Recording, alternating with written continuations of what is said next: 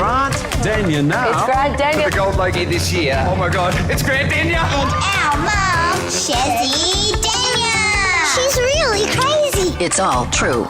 It's All True, the podcast with Grant and Chezzi Dania.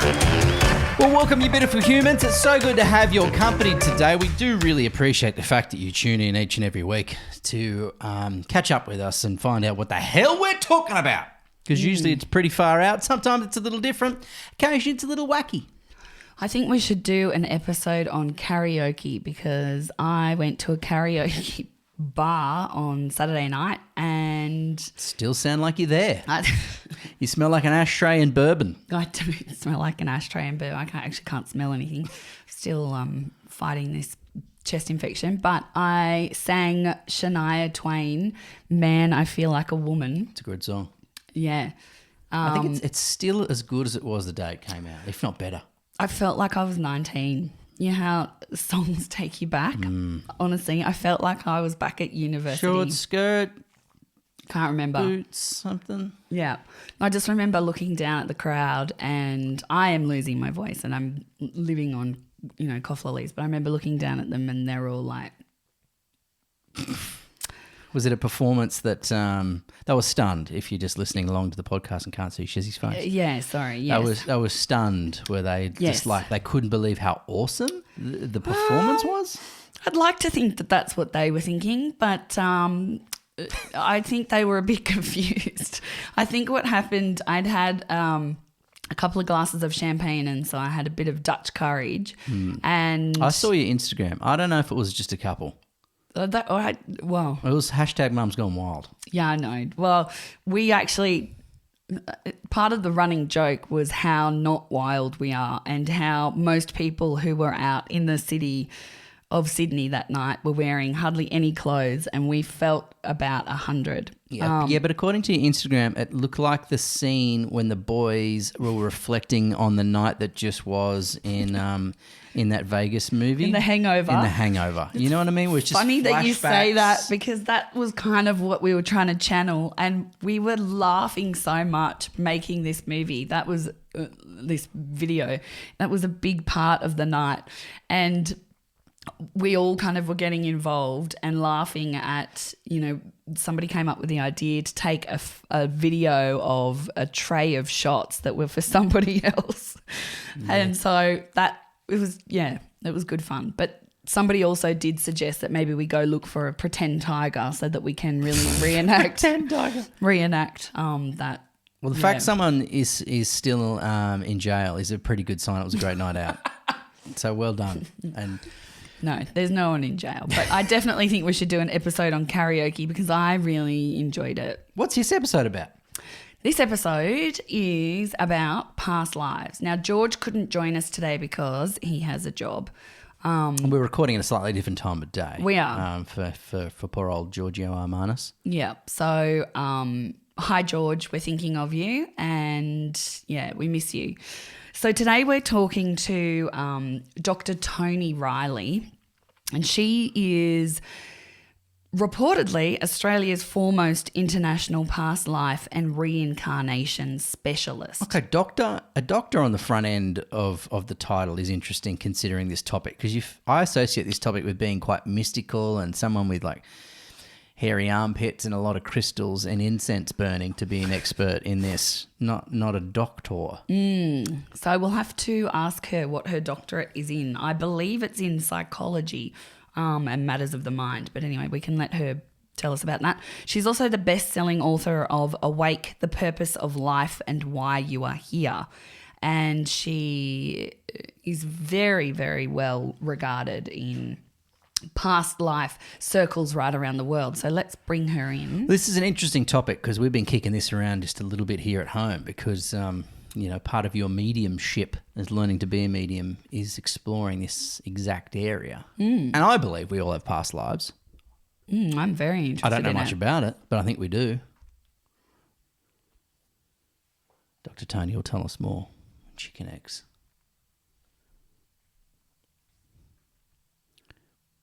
I wonder which one of her past lives we're going to get. Dr. Toni, can you hear us? We can't hear you. Is your microphone on? Oh, hang on. It might be me. It's actually me. Okay. There we go. It's Grant. It was me. We It have was to me sack on the him. buttons. He was. Good morning, guys. Good How morning. are you? Good, thank you. We've just given everyone a very long and beautiful, in-depth intro into who you are as a person and a professional. So we won't do that in front of you and embarrass you right now.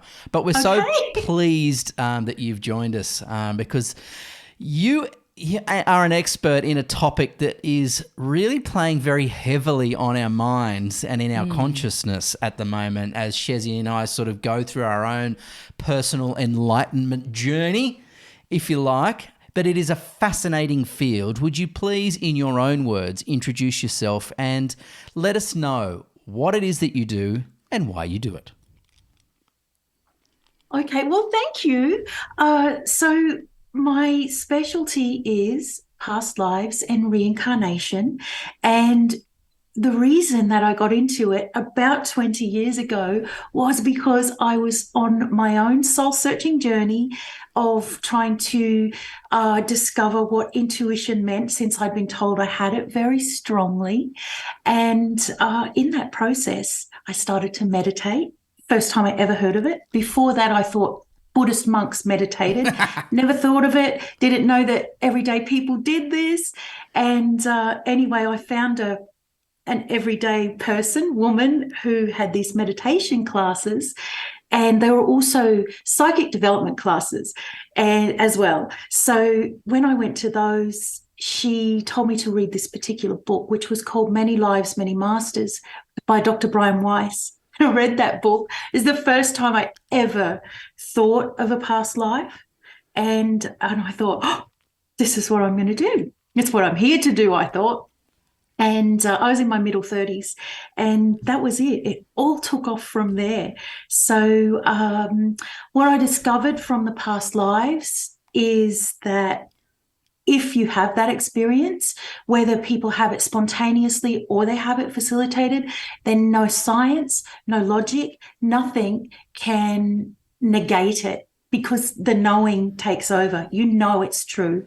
So the other thing that I discovered from these past lives was that it brings the most incredible self-awareness. And I think that past lives is one thing, and some people say, oh, it's dwelling on the past. It's not about that at all. It's totally to go and help make sense of something that's going down in your life now. And that's what it does. It clears all sorts of fears and phobias and even physical symptoms, bordering on miraculous sometimes, but mostly it helps people understand some sort of trauma that they're experiencing in their life, whether it's on a grand scale or a small scale. So that's why I specialized in it. And for 20 years now, the goal was to make it mainstream. I don't say that it's mainstream yet, but it's a long way towards that than it was compared to where it was 20 years ago. We just recapping back, and excuse my voice, you know that I'm trying to retain my voice. We didn't really know a lot about past lives, did we? Until I was trying to fall pregnant with our third child, Sunday, and I went to a holistic healer that we've known for a long time. And he's a kinesiologist as well. And so he was trying to determine, what was going on. I don't actually think I told him that I had just had my third miscarriage. And I remember he asked me what my issue around being a mother was.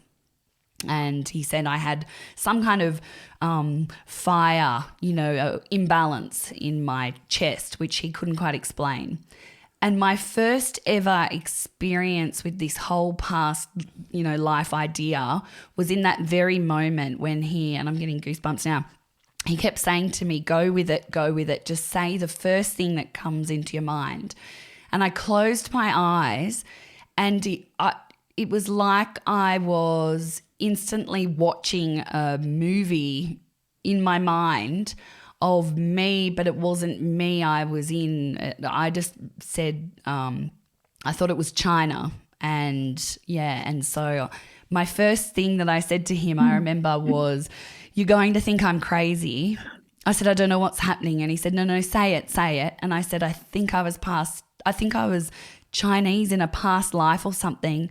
And I had 3 little girls and we were attacked, and my youngest was taken and killed in front of me. And I cried and cried and cried. And it was this huge, profound, thing that happened that kind of sparked a really big journey. Now, I remember thinking on the day that you couldn't make this stuff up. It was so vivid. It really, I smelt the smells, I felt it. It was so profound, but very short. But then after that happened, and a few days later, other bits and pieces started coming to me. But in between that, I kept doubting myself, and I kept thinking, is this just my imagination, or is this, real past life?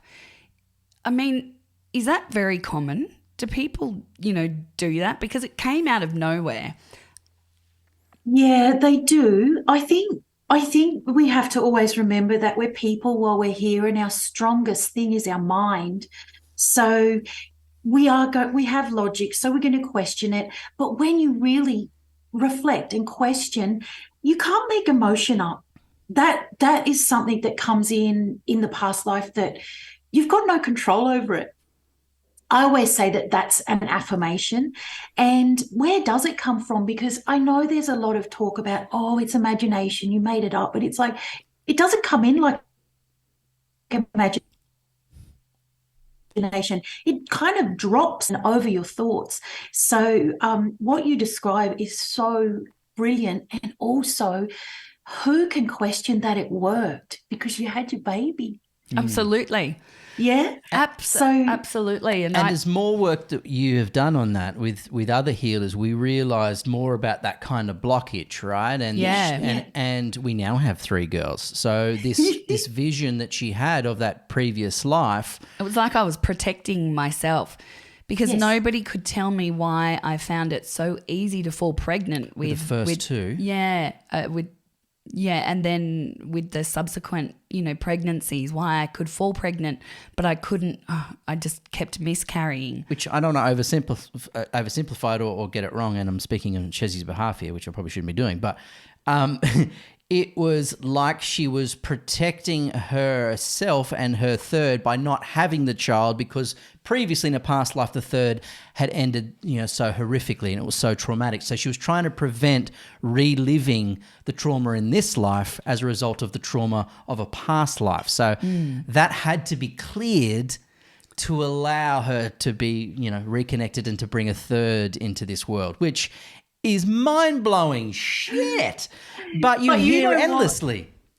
You just articulated that so perfectly for and why and how it works. That's exactly why block's not my favorite word, but it's why there's a block there. It's because the person's trying to prevent themselves from experiencing that memory again, or that feeling again. But it's left over from a past life, and it's why it clears like that once the core memory is recalled.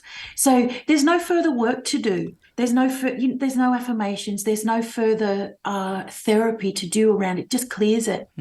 For infertility is one of the big things that it works so well for. Actually, it works for almost anything. Wow. But Grant, that was a beautiful articulation of how it works and why. And I feel...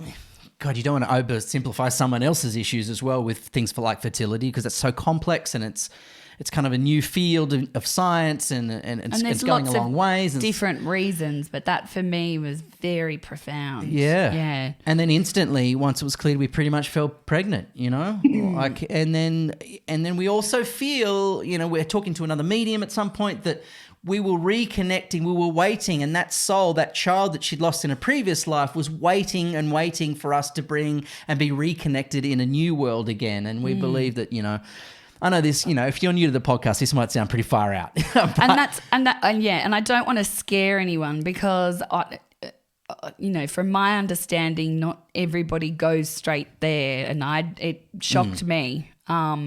And I guess I'm really open to it now because of that, and because of I don't know. I went to another healer, and you know, another part of that story, you know, kind of unfolded, and she helped clear some of the endometriosis, you know, that yeah, so you're nodding. So yeah, so, and I think that even shocked her, and it shocked me, because I had apparently, and I pictured myself in this past life when you know, I was attacked by the warrior people. It's sort of invading tribes. Yeah, I think so. Yeah. And I was a very small stature, weaker kind of woman, and my kids got taken, and then I was killed, and I was, you know, You can say it. You can say it. so apparently, yeah. So If you're comfortable.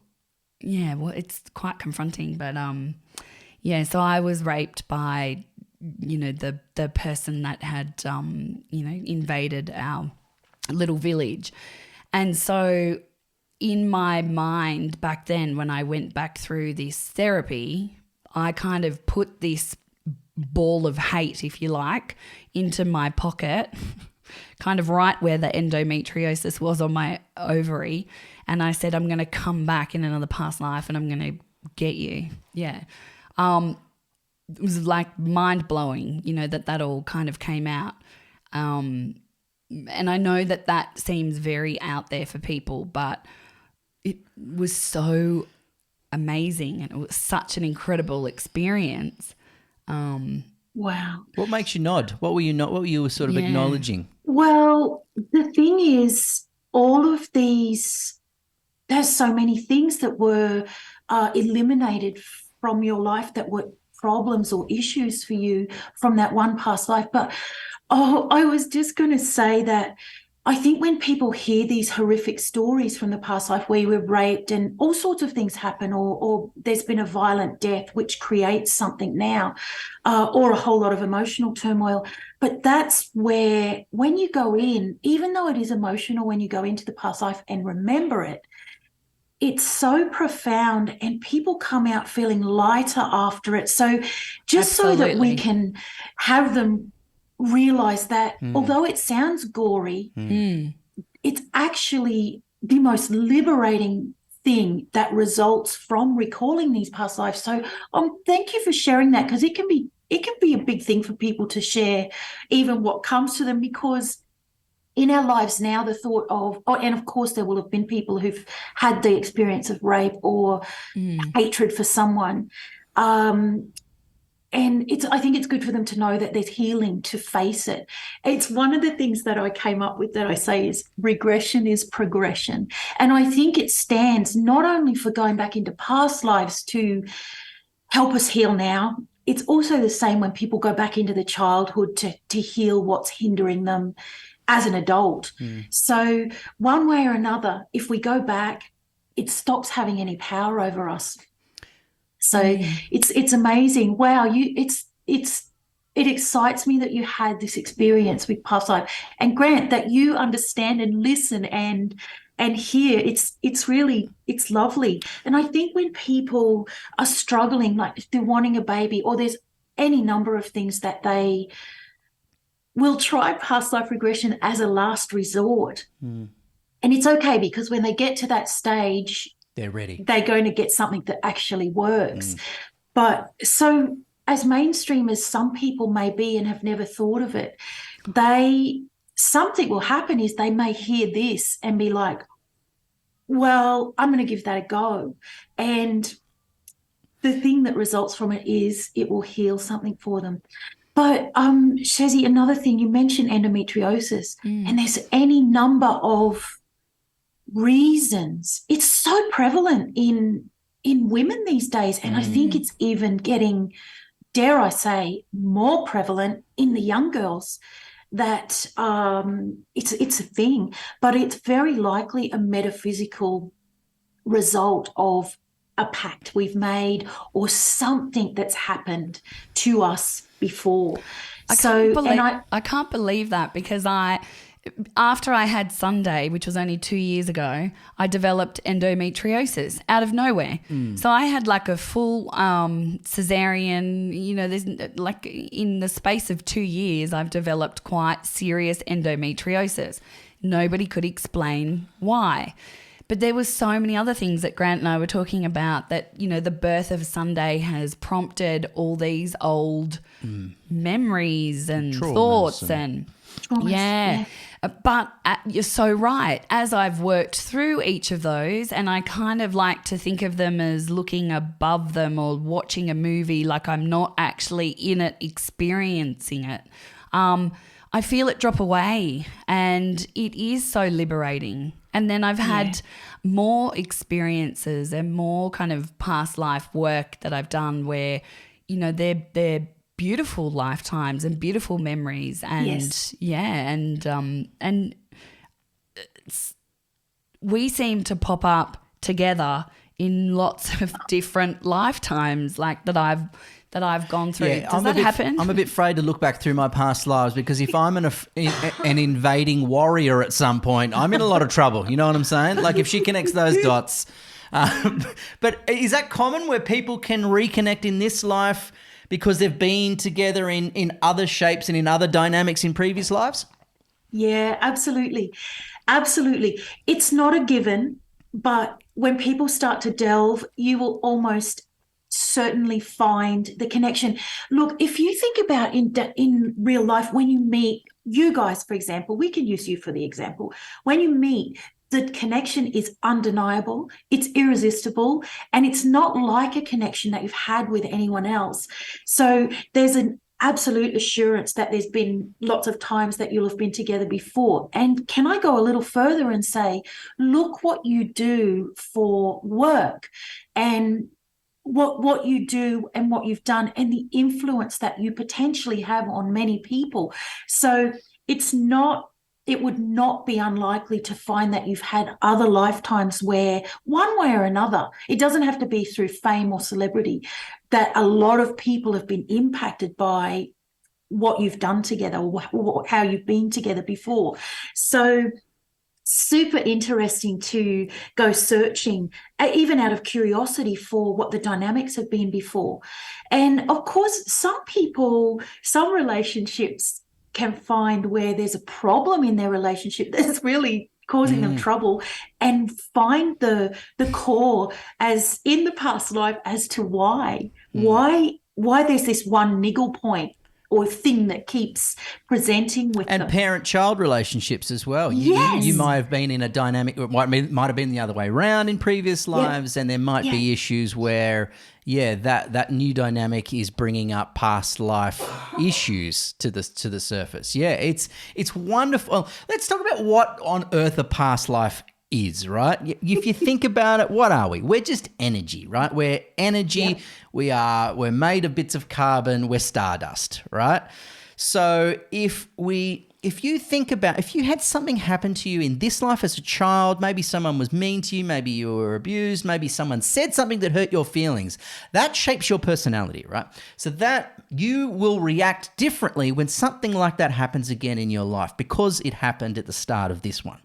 So if it happens in this life, and why can't it happen in multiple lives? And I believe that when we die, that we come back, and maybe we keep coming back until we get it right, or we level up, or we get to a higher level of consciousness, or we're just a different vibration where we then go on to the greatest thing, whatever that thing is.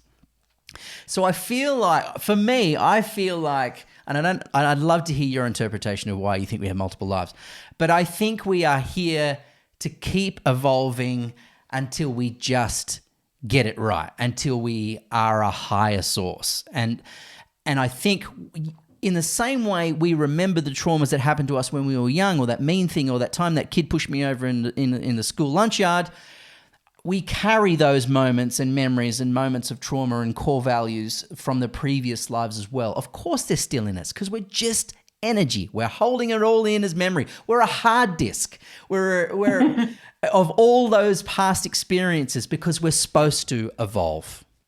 Yeah.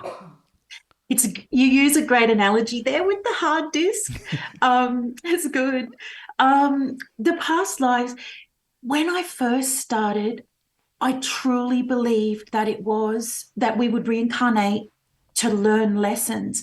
But I really changed my view on it a long time later, where people are going not just into past lives, but they go beyond as well into the between space, which is where we prepare for incarnation, but beyond, which is where we're pure energy. It's the most extraordinary feeling, actually.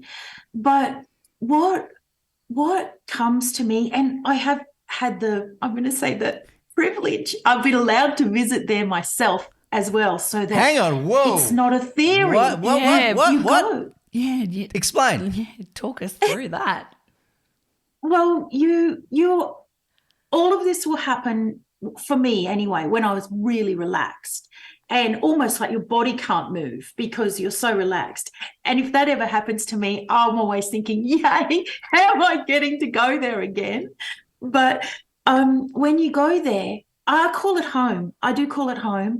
But when you get there and you can facilitate it, the modality that I developed, we can take people there. But what happens is when you get there, you get to this everything, but it's nothing. So it's silent, completely silent.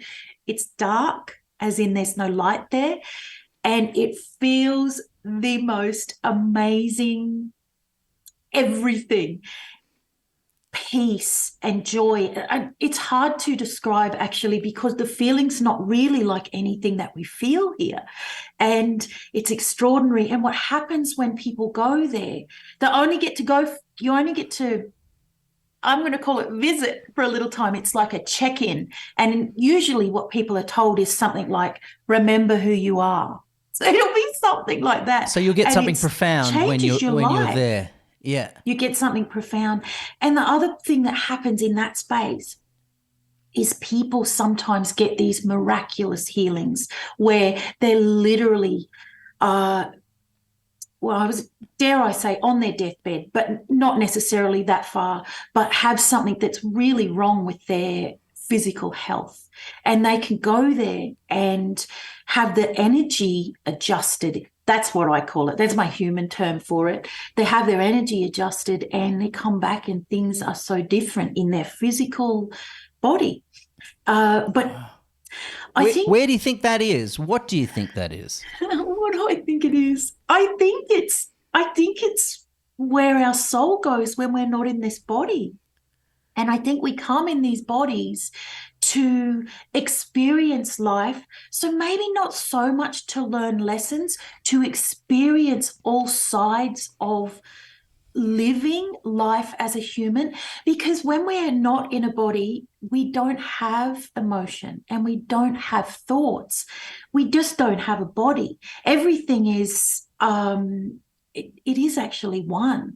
So what we get when we come, when we live a life as a human, I'm talking, people have other lives as well. So when we come to the school of life, we get to experience touch, taste, sound, and overriding everything, emotion. And I feel like the purpose of life is truly to experience that emotion. What I've discovered over the years is me as Toni this time, this is just one glitch, not a glitch, nothing's a glitch, one spot on my disc, and Grant's one spot on the disc, and Chezzi's one spot on her disc, and then will have been so many other times. Sometimes it's starting to appear now where Grant, you may have been your great grandfather, and Chezzi, you might have been your grandmother or we're both sexes, by the way, even though I'm coming up with male and female ones here. Mm-hmm. But I've started to notice how connected we potentially are in the same even DNA field, if you like. But it's not to do with DNA. It's grander than the grand scheme of life is so much grander or much more complex of a organized chaos than I think people realize. Wow. Wow, that's infinite. Now, you've got a doctor in front of your name, Dr. Toni. I would imagine anyone who wants to talk about past lives to be living in Nimbin, hand-making woven baskets, She does live in Nimbin. Oh, yeah. Just joking. Doesn't wear deodorant. Likes to do drum circles all the time. You seem relatively, excuse the term, normal. You look like you have a normal existence. You have doctor in front of the title, so it doesn't seem like a normal discussion. This normally is pretty ethereal. It's pretty out there. It's normally associated with a lot of crystals and a shit ton of dope. But yeah, it's I think those respect to the people with their fisherman pants on and things, but yes, I hear you. And the purple dresses with the flowing sleeves and things.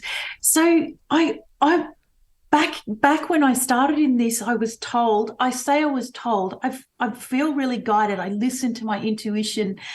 I kind of live by it. I follow it. But what used to happen back then was I would be no, it still happens. I would be told. And I was told the mission was to mainstream this. So even when I first started, it was only, to my knowledge, of course, there were many wonderful doctors and psychiatrists and things working in it. But in my realm, it was the New Ages, or that kind of spiritual realm where, exactly as you describe, where it was more readily accepted. So part of that mission was to not give it that face, to take away that face. Of course it's okay, but to just try and have people take it seriously and find a new put audience, some credibility around it. Yes, exactly. So it's worked well in that regard for me, because what happens is, if you are kind of mainstreamish, then you attract people who are, so many people have a knowing, and a lot of them don't say, they maybe don't share it, not even with their closest people, but they're there. And when they you come say, out of the woodwork. sorry, Toni, when you say people have a knowing, yes. what would that feel like for people who are listening at home, who are wondering, oh, do I have a knowing? What could that feel like, or what could that look like? I think that it would be that they're highly intuitive, though they might not realize they're highly intuitive because it's natural to them.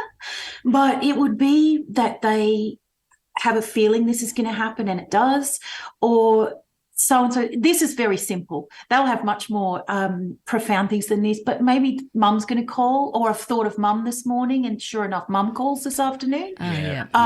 Just any number of things. But deeper than that, a lot of people's little kids, even long ago, the little kid would say something to them, and how many mothers who are in their 70s and 80s now never told anyone, but then when they get this platform that it's finally being talked about, they're like, well, my kid said that when he was 4, and yet it was a long time ago now. So that lies there in them all that time, but they never talked about it because it wasn't dinner conversation, or they didn't want anyone to think they were nuts. There's the judgment, a judgment that comes want to be judged with that. And perhaps if you're younger, or maybe if you first felt that and you're going, oh, I think this is going to happen, you may have said that to your friends in your friends group, and they go, oh, you're such a weirdo, and then you would have retreated. You might not have ever said that, and you would have discounted a lot of your other feelings afterwards. So it's very easy for you to not roll with those skills that are inherent that you're feeling, but to push them down. Yeah, I remember saying something at school. I went to a Catholic school, and I remember saying, when I come back in my next life, I'm going to burn this joint down. Probably.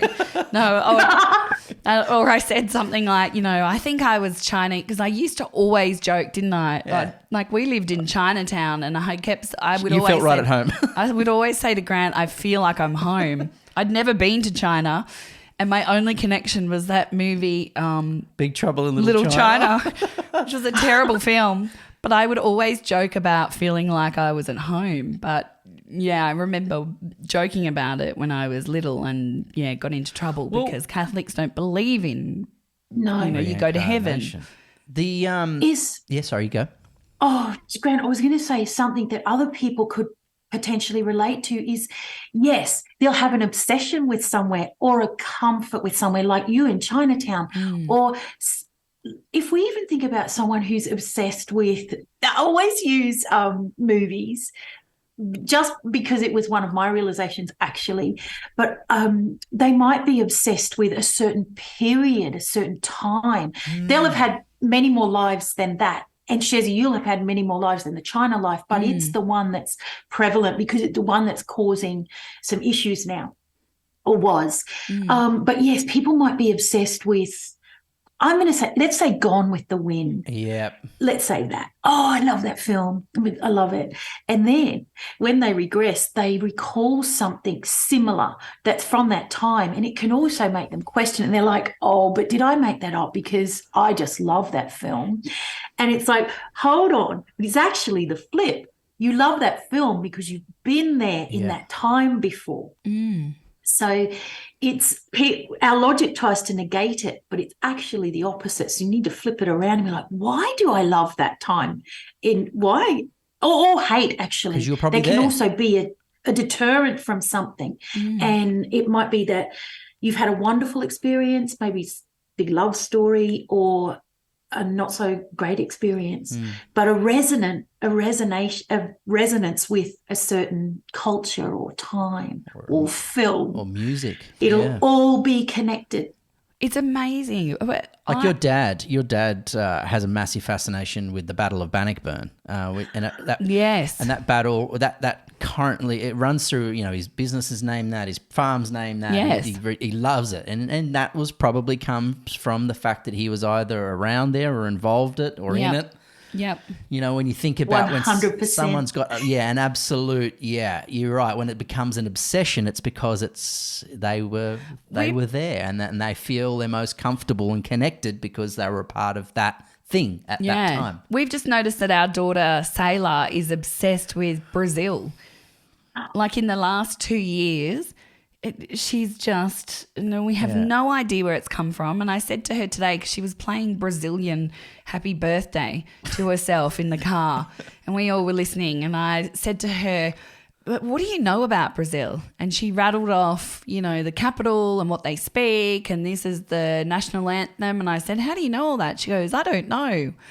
And I was thinking, there has to be some random connection there. Like, there just has to be, because there's no explanation. She was at Carnival in 1832. I don't know. Maybe, She does it she all talks the about time. All the time. But it also reminds me of, you touched on it a little bit before, saying when kids say things, right? So apparently, we were able to see ghosts when we were kids because we're, the frontal cortex is not as evolved, and the frontal cortex of your brain is the part that plays the rational part of your mind. And as we get older, that becomes more dominant. So we're not just trusting our instincts. So kids, they see the ghosts, they're more connected with past lives. And you reminded me of a friend of ours who said his kid one day was talking about the previous family that he was with out of nowhere. He goes, we had darker skin and we're living on an island and we lived by the sea. And my previous mum and dad, nonchalant, not a big deal, just blurted He's about out. 7. Yeah. Just came out of nowhere. I'm remembering this correctly, aren't I? Yeah. And he just started rattling off all these details about his previous family and where they lived and how they lived and what his mum and dad's name were and what his name was. And I was fascinated by that story. And then you dig a little deeper and it's so common. It's so common now. I was going to say, because you guys your kids are young, as far as I understand, and they are part of the new kids. So what's going to continue to happen is they're here to change things in a big way, but a little bit to make things less logical and a little bit more heartfelt. Actually, that's my basic version of what they're doing. So they do remember more, and people will be hearing about this more because the kids are meant to be bringing it into humanity's awareness, where we're really from, that we are from home, and they can remember it. So, and it's so magical to see. And I suppose as far as the human experience goes, the plan must be that children are believable because they can't know this. No. Usually when they say it, they can't know it. They haven't studied it. They've had no exposure to it. So it makes them a credible case study for people who are very skeptical. Well, And there's a department, you were going to say it, over in, is it Virginia? yeah, over in America somewhere yeah, where they study it full time. Yeah, and I think they had something like, I don't know, 30,000 cases from right around the world of kids who had been talking about past life experiences. There was an accurate one though, where they actually were able to track and prove the past life. He was a pilot, wasn't he, in the war? I was going to use a different one, but you go. Oh, okay, yeah. Well, will you go? Okay. It was a kid he was a white kid living in a suburb in America. I can't remember which state or which city. Doesn't really matter. And the kid was like, "Oh yeah, I was a lady in a past life." And the mum's like, "Oh okay, right. Yeah, and my name was Margaret." And she's like, "Oh okay, Margaret, wow." And what was that like? He goes, "Well, I died. I died in a fire, in a building fire, and that's when I left." And then went up to heaven and then came back and now I'm in this body and this is who I am now. And the mum's like, right, well, that's quite specific amount of detail. So then she sort of was like, rather than just sort of dismissing it and going, okay, that's quite playful, aren't kids cute? She was like, I'm going to dig a little deeper, grabbed a few more details from the kid. The kid gave her his full name in the previous life, said it was an apartment building, and said where the apartment building was, and correctly named the building. The mum went through the death records, found the exact name. So there was a black woman, and he said, I jumped out the window to my death. And that was recorded. So she cross-checked the name, the location, the way the child died. Not only that, they went and found the remaining family members, went to them and said, this is a bit weird, but my kid thinks it's your grandmother, and grabbed photos and said, yep, that's me. And the kid identified himself as herself in the photo from the previous life. And everything circled back. So the I's were dotted, the T's were crossed. It was undeniable. Like just... And that totally takes verified. It from, verified. It takes it from being something that's a great story and is this or isn't it to that is a factually, scientifically proven, closed case, past life example. Yeah. Yeah, it's so magical that that's happening so much now. Even back as far, I think it was a big movement in the 80s with they're older now, researchers and people whose, I guess, mission was to prove that reincarnation's a thing. And we've got a guy here in Sydney that I met a long time ago called Peter Ramster. And back in the day, by 1980, he had produced films and documentaries of similar things to what you're talking about, with little kids having recalled past lives and verified them, and they followed them around and documented it, made some documentaries.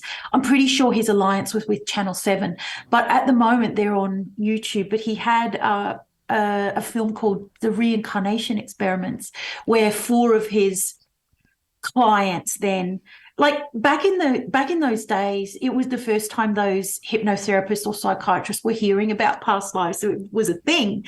And anyway, he, like a few others, recorded them and then got budget to go make a film, and took these 4 women, all from Sydney, over to where they had recalled being in France. One was in England. I can't remember the other 2 right now, but they would blindfold them to go and find the place where they recalled. Wow. They filmed it all. And what's really cool then is there was no internet. So they had to find the local historian and, go through fish at the library, that kind of thing. But anyway, it all checked out. And they documented it in that film. And that was long ago now, 1980. So we've come a long way. But now the kids saying it, just makes my heart feel so warm when kids say things, because they're special anyway, little treasures. So Yeah. Do many people contact you and say, help, my kid keeps talking about, X, Y, Z, or do they ever contact you? Because I know you put something up the other day talking about how to know if your child was possibly your parent in a past life. That particular video I made, and I said, I think I said something like 7 signs your child's been your mother in a past life. And I put it on TikTok and it went viral. And so many moms commented, oh, when my kid was 4, when my kid was 3, he or she said this, or they resonated with it so much, which is magical. But I think that reaching out to me will happen a whole lot more now that it's really out there now. But I think that my dream, my goal is to make it so mainstream that it's not even a weird thing. It's almost like just trust it if that's happened. It's true. If your kid has said it, or if you can notice the dynamics between yourself and your kid, then they most likely have been you related to you in a past life. And their actions often show it. That's so great. It's really sweet. What about on a personal level? Grant and I, in a past life, like that I did a bit of a past. Well, first of all, can you tell us what a past life regression is? And then after you explain that, then I'll. So with past life regression, what you do is you relax the person. So they're, let's say, laying on the couch, or you can do it just sitting here like this, but you guide the person into a relaxed state. And then what happens is their subconscious, or I believe their soul actually, starts to drop in relevant or something relevant for them now. And as the facilitator, when you're doing the past life regression for them, you know what to delve more for or how to direct them to move around to get more information. And that's what we do. And one of the things with the regression is we'll explore the lifetime that they land in and find anything that's there. Sometimes people go to more than one lifetime in a session. And one of the key, most important things of a past life regression is the death scene. Because at the death scene, they may be injured, so it will address something that's physical. But most people die peacefully. Can I say, when you do thousands of these, most people do die peacefully, and they're at peace at the time. And they're at peace at the time that they're going. And even when it's potentially, they've told you that it's quite a dramatic death, they still know. We still know that we're going, because what you also find in the past life regression once they die is they get to talk to their all-knowing higher self or soul, whatever you'd like to call it. It's the soul. And that's where the gold comes in for them, because for some people it's one word that is so profound for them in their life. It could be something like trust. Or some people get a big message and some people get a sentence while others get a word or two. But it resonates with them, and I think it happens like that because it's coming from them. It's not coming from a reader. It's not coming from a medium. I believe in all these things and do them or have done them. But when it comes purely from their soul, it's so profound.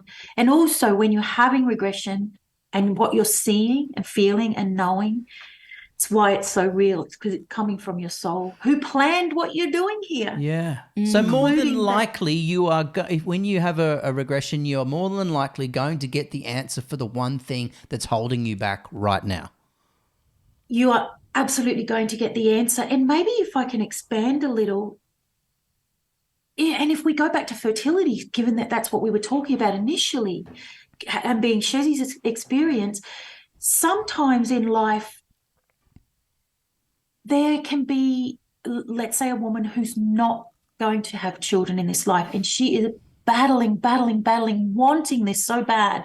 And what might happen for her, 2 things will happen if we're looking at infertility, is she will find out what the block is and it will clear it, and she will then fall pregnant and have a child. if she's not having a child in this life, if it's not part of this mission, she will also be told what and why she's had to endure all of this trauma around trying to have that happen. And that also releases the trauma that's been there. So one way or the other, whichever the outcome is in the person's mission in this life, they will discover what that is, and it will help them heal and leave it behind some way, or open up the way forward. That's so beautiful.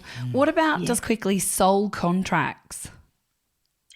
Soul contracts. So for me, my observation of them is that everything, every detail of our lives is planned, it's pre-planned, and people don't like to hear it because it makes them feel like they don't have control. There's no free will. They feel like there's no free will, but it feels like we have free will because that's part of the human experience. But actually what we're doing here is planned with precision, and nothing that we decide, for an example, will be the wrong decision. Even if if people are beating themselves up, I should have done this, I should have done that. What if I'd have made that, choice back then?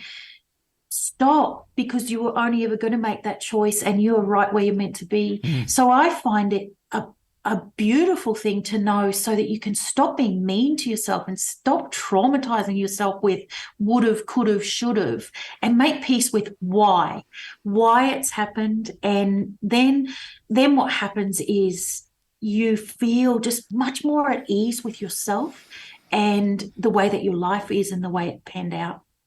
So you end up reaching a state of peace within yourself. Yeah, not easy to do when you're in that. No, it's not easy. And so how does that relate to having a contract with your, like, is that the setup of a contract with your soul? Yes. So what the soul's doing is, I guess, a contract. Right.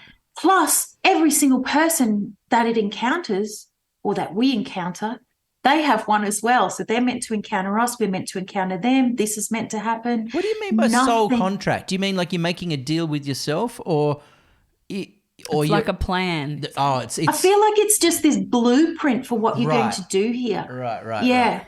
What you're going to do, and everybody has this. And it's part of the way that my work is going now, is to do studies, particularly through these young, super sensitive little angel kids that we have since the year 2000, actually, that through studying them, we can provide evidence that shows that the life is planned, it's destined, and not to make people have apathy. It doesn't do that, actually. When people realize that, they can live life more fully and stop fearing death, because we have an in date and an out date, and we have to experience grief here as well, part of life. So if we can be at peace with that and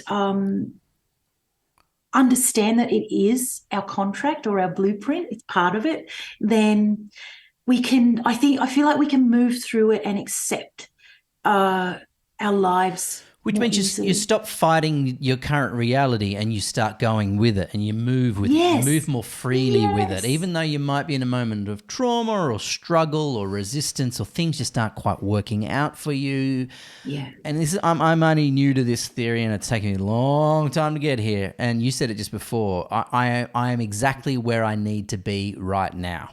Now, when you say those words to yourself, your body relaxes and you go, okay. Whoops, we've just lost our camera here.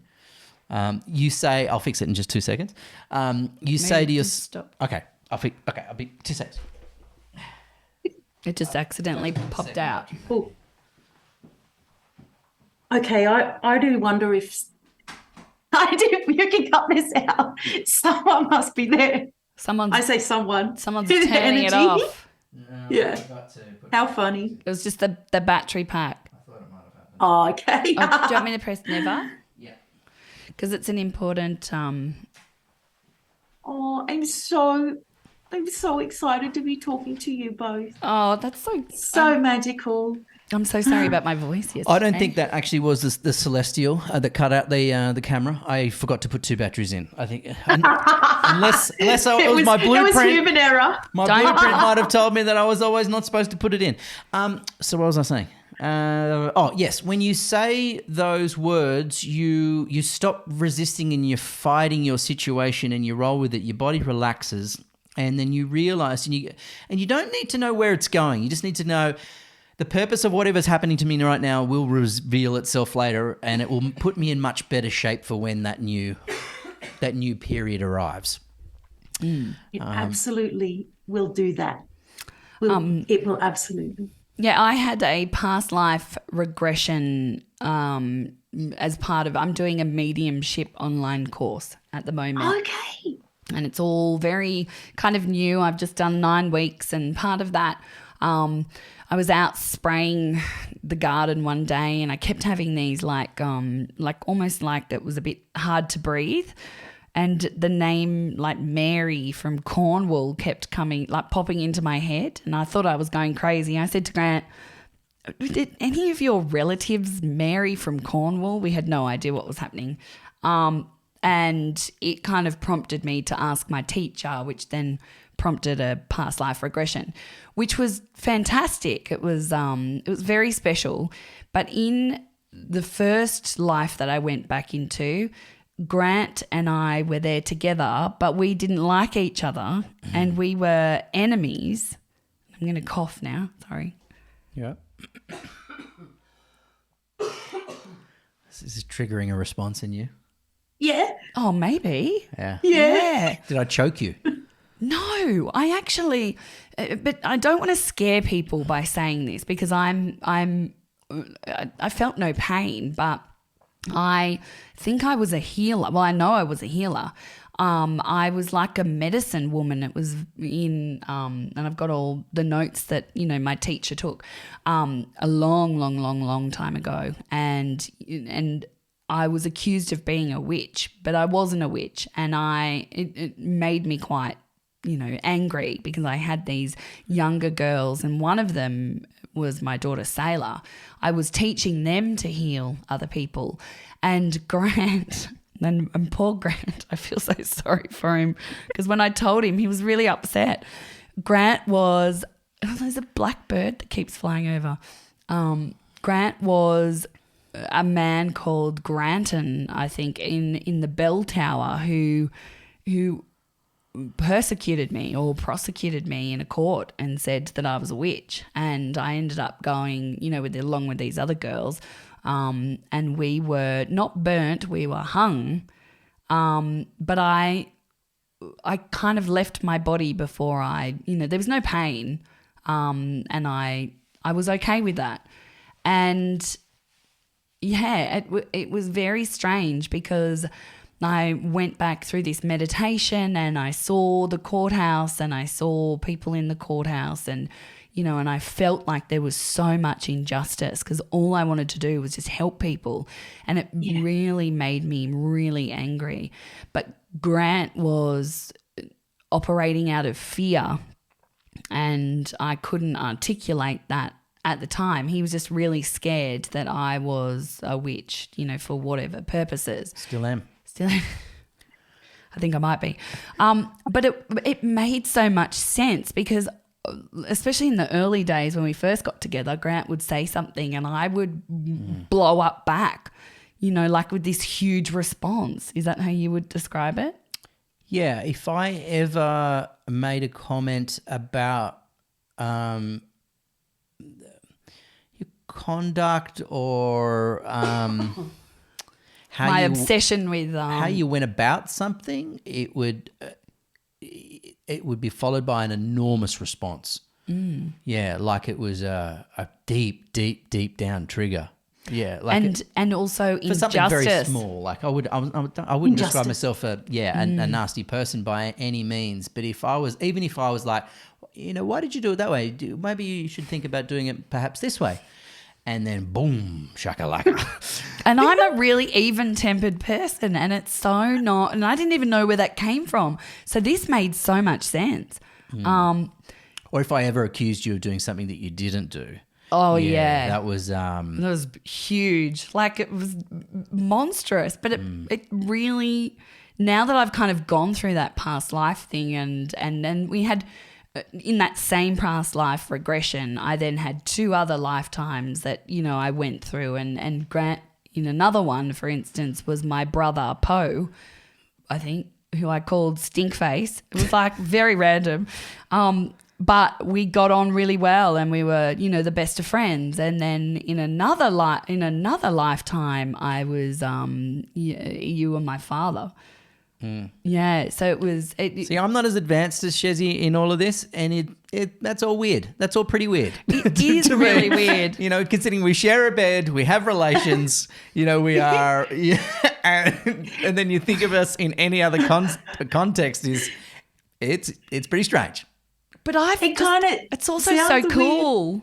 But look how I'm so happy you said this, because look how it addressed something in your relationship. And it fixes it then. Oh, we're still working through it. Still we're getting there. It's getting better. No, but I also don't blow up as Yes. much now, because I go, no, and I don't feel that I'm being persecuted. That's exactly the word that I felt like. And I remember saying it to you. I was like, why are you persecuting me? I remember Grant looking at me one day being like, well, persecute is a big word. I just asked you why you put the jar of Vegemite on the table instead of on the bench. That's all I asked. Yeah. Yes, and it did heal. It did heal that. Yeah. Overactive responses or reactions, there's a reason for them. And that's where the key will be in a past life. Just exactly like you've just talked. I totally relate to the witchy thing. I've experienced those things too, where you're hung and persecuted for, and really what we were midwives and the people who knew which that didn't look good there. The people who knew which leaves to grab and which mushrooms and things, and that, to make. If you're a medicine woman, that was amazing for me, because I've always had this really strong fascination with, and it would drive Grant mad, but this fascination with medicine and medical practices and if somebody Illnesses. had an injury or an illness, I'm like straight on it. She always was in a constant state of alert for who was about to be sick next and what it was going to be and how she was going to treat it. And, we have a goddamn chemist in our cupboards at home. And I've done that since I was a little kid. Obsession with illnesses and the prevention and healing and treatment of. Yeah. Well, we thought that it was an obsession with, we actually, and I think I believed it too early on, thought that maybe, Grant broke his back when we first got together very early on. In this life. This is in this life. Yeah. And I thought maybe because I nursed him that, I just had this chronic fear from a post-traumatic stress kind of point of view that he was going to get sick. And we thought it was a PTSD response. But from that period in 2008. Yeah, but what I realised is that Grant was supposed to break his back for his own journey, but we were supposed to come together purposefully, because in all these past lives, I always had these threads where I was a healer as such, and I would make little concoctions out of plants and create my own and test them out, and that was very strong in each of these past lives, that I kind of went through in the regression, which makes, so much sense and gave me so much confidence now in knowing that's the reason why. Because I've always kind of joked that I would always be in scenarios where someone will, randomly be hit by a car. Well, I'm there. And I thought once upon a time maybe I should have been a doctor, but it didn't quite sit right having to do all that study. It just wasn't, was it? But now it makes sense. It does. Why? Yeah. She probably poisoned a few ex-husbands and a few kings across a few past lives. Well, I haven't got to those yet, so I don't know. Did you ever come across any of your past lives that you liked more or didn't like? Yes. Usually, usually I was going to say I don't focus on mine, but they were a huge thing at first when I got into this experience in my own. But I'm really excited to tell you that years later, like 15 years later, I've come across people who were key players in those original lives that I recalled. But one of them is so similar to yours, Chezzi, with the witchy thing. And I hope this doesn't go too long, but I'll try and keep it brief. But it's so exciting because it's verifiable by people coming in and recounting the same thing, but from their perspective in it. But if I could just tell you briefly, go for it. my first past life, the very, very first one that I had, I asked to fix public speaking because I would die if I would speak in front of anybody, not even in public. And also I covered my writing in secret. I went through school like that, didn't even realize it was a phobia or weird, but it was. And the intuition thing, I'm like, why am I this age and I'm intuitive and I didn't know? So of course you get shown, or I was shown, one of the lives was this young girl I was in Scotland, this young girl, I was 17, and I could see this whole thing. And my dad was a soldier. The mum had died giving birth to my little brother, who was my partner at that time. He was my partner, but she had died giving birth to that little boy. And all I saw in that first regression was that they were hanging me. So I'm in the middle of their little village and the people are yelling. They freaking hated you. They were so scared, I think, that you were a witch. But you know inside that you're just this sweet, innocent girl or person. But anyway, they're yelling to hang me. And in my regression, this particular one, I didn't see, but I know there was a man there on the platform and he let me go. And I'm like, what? But I knew he did, even though I couldn't see him, because I saw this in my regression, that I ran off the platform. I ran, and I'm logically later, I'm thinking, why? There's all those people there. Why wouldn't they grab me? They didn't. And I think it's because they were scared of me, because they thought I was a witch. But anyway, I ran and I saw where I ran. And I ran out of town and took cover under this, not really a cave, but rocks on a hill. And I did die not very long later anyway, but it's because I got sick. So what I discovered later is twice. I have a friend who I met at Mediumship College in London, at Arthur Findlay College. We became really good friends, and I had later been travelling to visit her in Scotland. That's where it was, this town she happens to move to for a little while. Twice I went. I loved it there. Absolutely loved it. And anyway, and it's notorious for witch killing, actually. It's called North Berwick. It's near Edinburgh. But I hadn't put it together when I was there. But later I met somebody who because I'm online talking about past lives a lot on the hypnotherapy pages, these kinds of things, I come across this fellow who is a young hypnotherapist, and he had said something, I don't remember what now, and I commented to almost defend him with whatever people were saying on this forum. Anyway, I got to speak to him, and what happens if you know each other from a past life? You know that there's something. You don't know what necessarily, but you know that there's something more to it. So and he had that same feeling. Of course, he worked in the regression space as well. So one of my things is, don't say, because if you're trying to prove something's real, you don't want to tell them what you know. It's like, oh, what can you come up with? Because we knew there was this thing. So he comes back with his story. And what I went is, I said, I'm going to get my friend who's done my training to regress me so I can get more details from that lifetime. Well, I got them. I got all these details that I hadn't got the first time.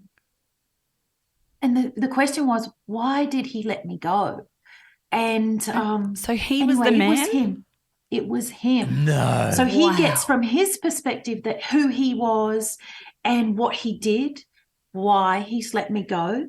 And I got it from my perspective. So do you mind if I tell you? No. Go. It was so Please. phenomenal. Even I was like, wow. But what happened? This is what I saw when I went back second time to visit this life. I'm this 17-year-old girl. I might have been 19 by then, but teenager. And they've come to my cottage, two men on horses, come to the cottage. They're like asking me about what I know, what I can do. And I already knew that I could heal people because I used to stick my hands out. They put theirs over them. And I also made pulses and I could put it on wounds. So the people from the town would come to have that done. So these two men on horses come and they're asking me about that. Do I know how to heal, blah, blah, blah. And I didn't feel that they were a threat. Though logically it's like, whoa, they come to get me and hang me, but it wasn't that at all. They did take me and I said, don't take me. I have to care for my little brother. He was only 8, though I was a teenager. But they took me anyway. They're like, you're coming with us. So I'm walking. They had my hands tied. I had to walk behind the horses. And we walked for, let's say, a couple of hours. And we get to this place. I can still see the place. We get to this, like, not a castle, but a structure that's built out of stone like that. We go inside and there's this man there. He's about 40 and he's dressed in, he's an authority anyway. I knew that.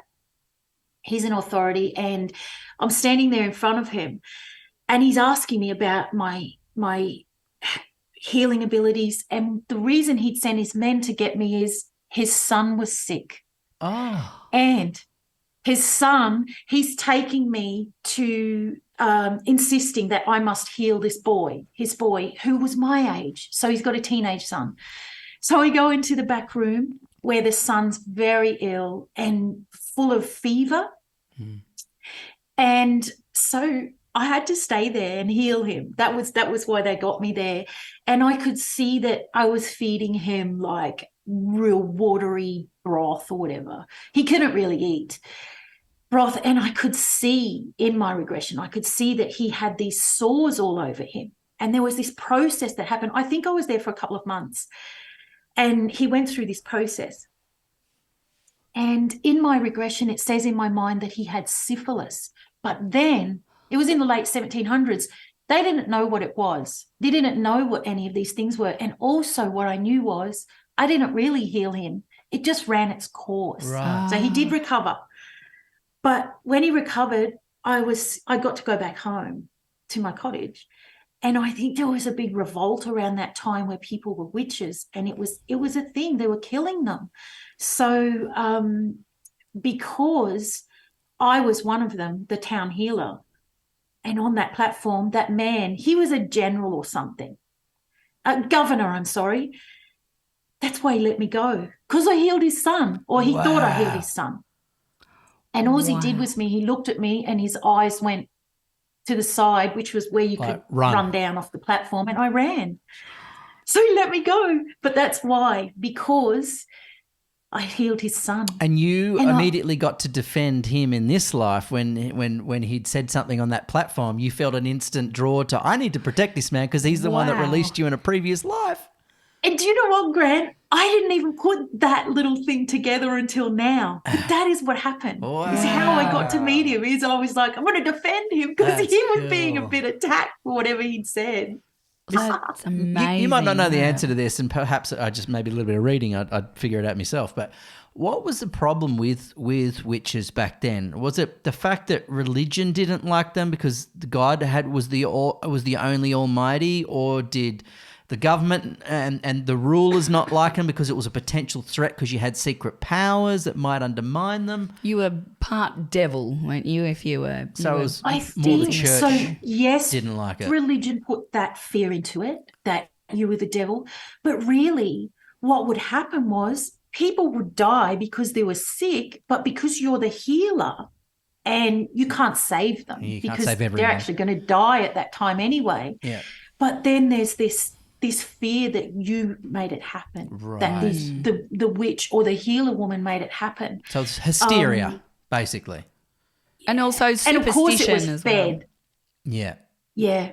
Yeah, so they would be blamed if there was, Well, because the church would have been going, no, flood. you come to us to be looked after, and you come and you pay and you sit here and, well, God is the greatest. And no, you don't go to that woman over there in the third cottage, on the right, because she doesn't come to church. So therefore she's not, So, I guess that just would have been And a lot of fear, yeah.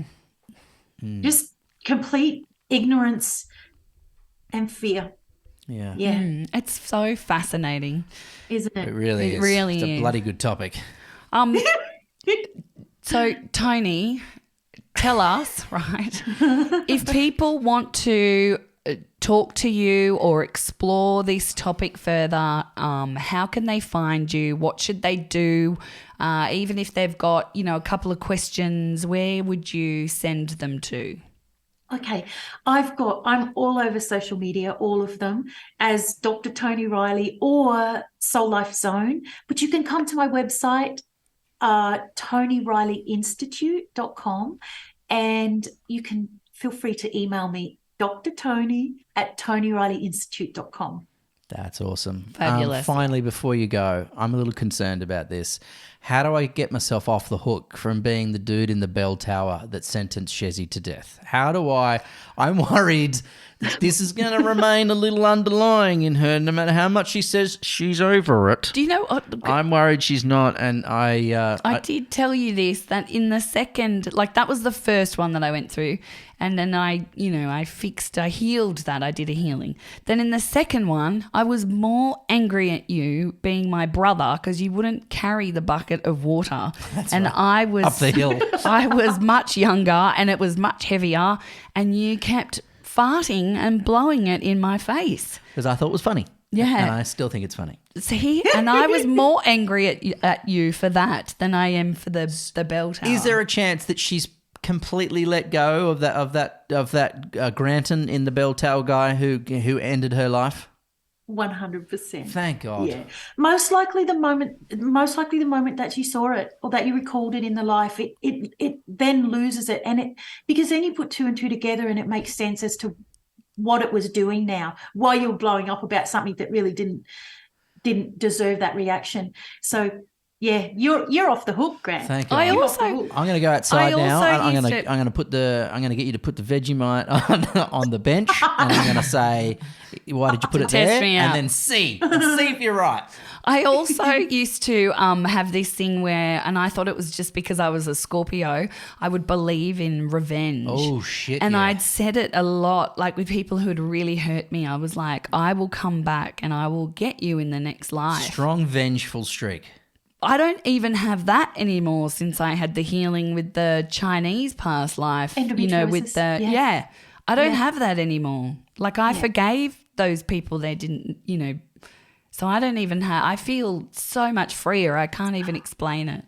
See, you're just the perfect person to talk to about how this works. I'm so excited I got to talk to you both today. Grant, you've got to do this sometime. It's really cool. Because it's really cool. I'm sort of am by proxy, you know what I mean? I'm proxy, I'm observing, pretty close by. So some of it's having its effect, and I think it's fascinating. I really do. I have no resistance to it whatsoever. I think it's incredible. It's great. It's great work. It's great to watch. It's so fun to learn. How do we... Okay, so for newbies, I know we've asked 4 follow-up questions after we said we were finishing. But just quickly to finish off, for people who want to drop into this zone, we are instruments. How do we get ourselves into a kind of a place where... What things shouldn't we do that prevent us from doing this? Should we be low stressed? Alcohol consumption? Is it dietary? Sleeping well? How do we get ourselves into a state where it happens easier? I think if you want it to happen, then the easiest way will be to get a guided meditation. I happen to have them, but there will be others for free on YouTube that you can use. So there's that. Relaxing. It's giving up control. If if someone has a drink to relax, it's okay. When you're working in these realms, you're bypassing your humanness and you're working with the subconscious, and that's what's giving it to you. That's how come it's coming to you. So it's really just about trying to quieten down the human side of you. And it doesn't quieten down completely. We can still judge ourselves from what we're seeing in the past life, but still, so meditation. Guided meditation, the easiest way for people to access it. And of course, they can have it facilitated if they want to do a full session. Incredible. And how? So that's how. How can they then? Because I can almost hear you doing it, and then have you kind of being in your head going Rationalize it. Yeah, no, that's my imagination. That's not real. That's not real. I'm a Virgo, so I kind of that's sort of how I am anyway. But yeah, how do you then not do that? You know what? I think, given that you haven't experienced it yet, the experience kind of not negates, it trumps logic. It trumps it. So first of all, have the experience, and then you probably still question it because Virgo, perfectionist, logic. Mm-hmm. But you'll work out, or you talk to Chezzi, and then you see how it fits, and it makes no sense for it not to. Why was I showed that? Why did I feel like that? And you can't make it up. Well, can I be honest and say I have had one? So have you? Yeah, I have had one. I did a breath work session. I can't remember. What are you looking for? Are you looking the for sound effect? Oh. Here we go. So I was lying down and doing the breathwork exercises. So it was quite an extreme breathwork session, and I went to a past live, and they sort to give you the quick explanation. So doing the heavy breathing, getting massive doses of oxygen in the brain, I had all these folders flying at me, and each folder was a different past life. This is my interpretation of what I was feeling at the time. I gave it no thought. I just knew what it was. So all these past lives were coming at me kind of like you were flipping through, a filing cabinet. And then it stopped on one. And there was me in a previous life on top of this beautiful hill under a tree with a nice fence. And I saw myself, and all it gave me was a look and a feeling like you're doing great. And that's all I needed. And then it went and all the lives went back, all the different lives, and it went straight back into my body. And it was the most calming, lovely feeling, because I knew everything that I was doing was right, and I was right where I needed to be, and everything was going to be okay, because that's what a past life told me. Did you forget to tell me that? No, I told you afterwards when I come back. That was 2 years ago, maybe, was it? Wow. I went to... And so you often go back and revisit that, do you, in your mind? No, I just remembered it just then. But yeah, so I had it, and I remember walking out and going, guys, and there was a group of us, and I was like, I think this just happened. And I knew it had. I knew exactly what it was, but saying it out loud felt, I felt a bit silly, and I didn't want to be judged. I didn't want to be jumping the gun, or maybe I was high on oxygen. I don't know. But I knew exactly what it was, and I still know it was to the day, and it was the most comforting and reassuring. Like you said, very simple.